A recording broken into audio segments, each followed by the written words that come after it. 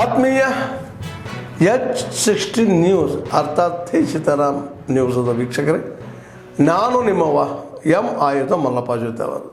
ತಾವು ಈಗ ಸುದ್ದಿಗಳ ಲೋಕಕ್ಕೆ ಎಂಟ್ರಿ ಹೊಡಿತಾ ಇದ್ದೀರಿ.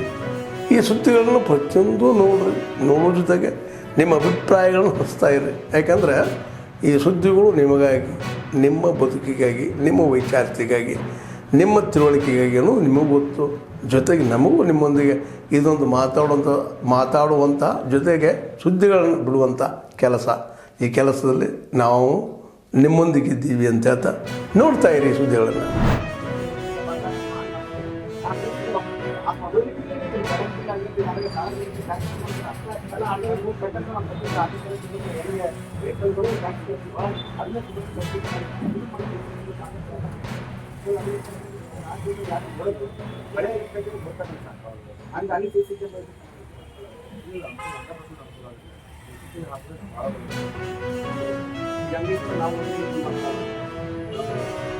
ಸರ್ಕಲ್ ಇತ್ತ ನಾವು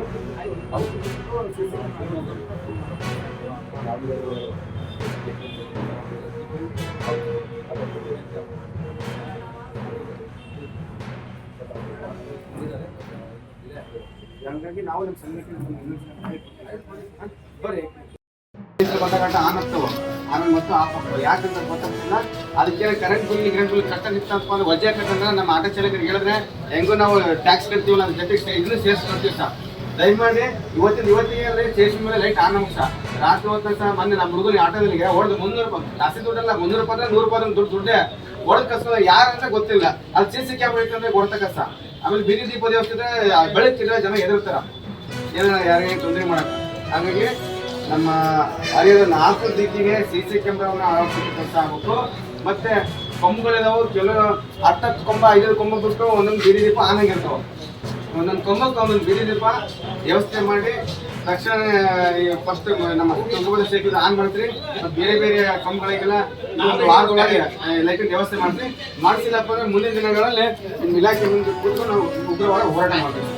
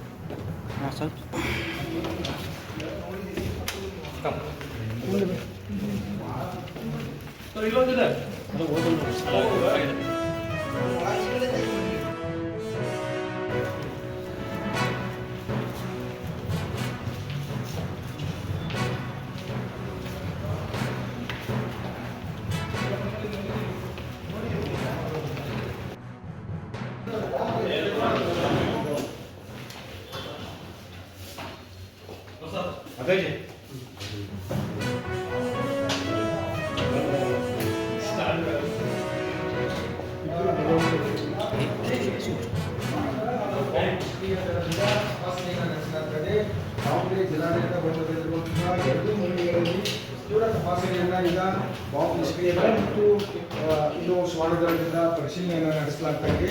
ಏನು ದಾವಣಗೆರೆ ಜಿಲ್ಲಾಧಿಕಾರಿ ಇಂಜಿನಿಯರ್ ಖಾತೆಗೆ ಒಂದು ಸಂದೇಶ ಬಂದಿತ್ತು. ಅದನ್ನು ಈ ಮಾಹಿತಿಯನ್ನು ಅವರು SP ಉಮಾಪ್ರಸಾದ್ ನೀಡಿದ್ದು, ಈ ಮೇರೆಗೆ ಏನು ದಾವಣಗೆರೆ ಜಿಲ್ಲಾಡಳಿತ ಸಂವಿಧಾನವನ್ನು ತಿದ್ದುಪಡಿ ಮಾಡ್ತಕ್ಕಂಥ ಕೆಲಸ ಮಾಡಿದ್ದಾರೆ.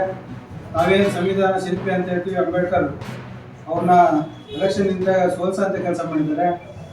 ಅವರು ಕೂಡ ನಾವೇನು ಅಪಾದನೆ ಮಾಡ್ತಿದ್ದೀವಿ, ಅದಕ್ಕೆ ಪುರಾವೆ ಅನ್ನೋ ರೀತಿಯಲ್ಲಿ ಈಗೇನು ತಮಿಳುನಾಡಿನ ಕುಂದ್ರಂ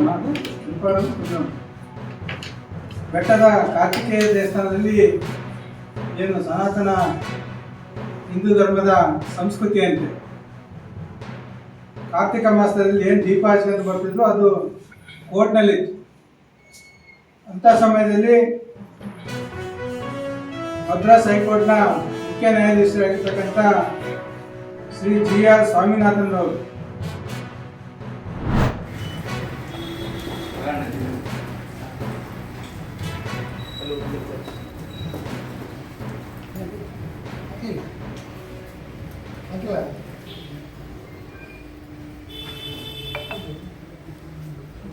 ಸ್ವಲ್ಪ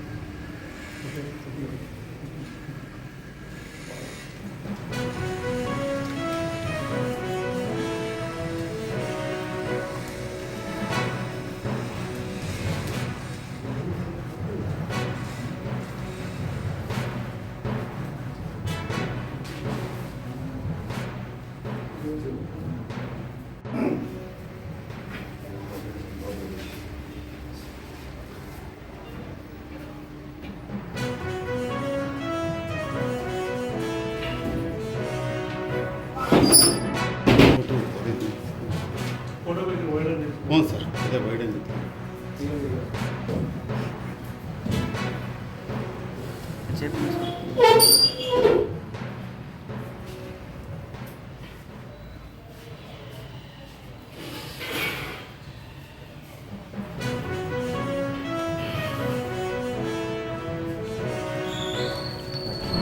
ಆತ್ಮೀಯರೇ, ಎಲ್ಲ ಸುದ್ದಿಗಳನ್ನು ನೋಡಿದಿರಲ್ಲ, ಏನು ಅನಿಸ್ತು ನಿಮಗೆ?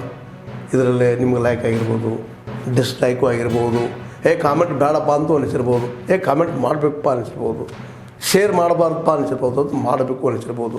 ಏನಾದರೂ ಆಗಲಿ ಶೇರ್ ಮಾಡ್ತಾಯಿರ್ರಿ, ಈ ನ್ಯೂಸ್ಗಳನ್ನ ಹಂಚ್ತಾ ಇರಿ, ಜೊತೆಗೆ ಇದಕ್ಕೆ ಸಬ್ಸ್ಕ್ರೈಬ್ ಆಗ್ತಾಯಿರಿ ಅಂತ ಹೇಳ್ತಾ H16 ನ್ಯೂಸ್ ಅರ್ಥಾತ್ ಹೇ ಸೀತಾರಾಮ್, ಇದು ಸತ್ಯದ ಕೈಗೆ ನಡಿ. ವಂದನೆಗಳು.